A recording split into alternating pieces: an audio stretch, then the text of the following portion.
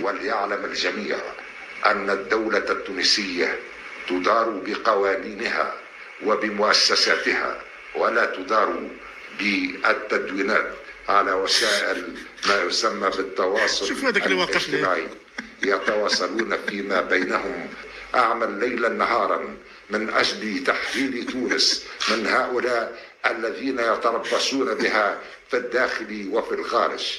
تونس لا تدار بالتدوينات أو كما يقال بالصفحات، وبناء على إرادة الشعب. ومن يقف ضد إرادة الشعب ليعلم أن مصيره هو رفضه ووضعه في مزبلة التاريخ بالنظر إلى خيانتهم وإلى عمالتهم وبالنظر إلى ما قاموا به في السابق من هناك بعض الاشخاص يشمروا لنا، نحن لا نقبل اي شمبره باي حال من الاحوال. ان يشمروا لنا نشمر له.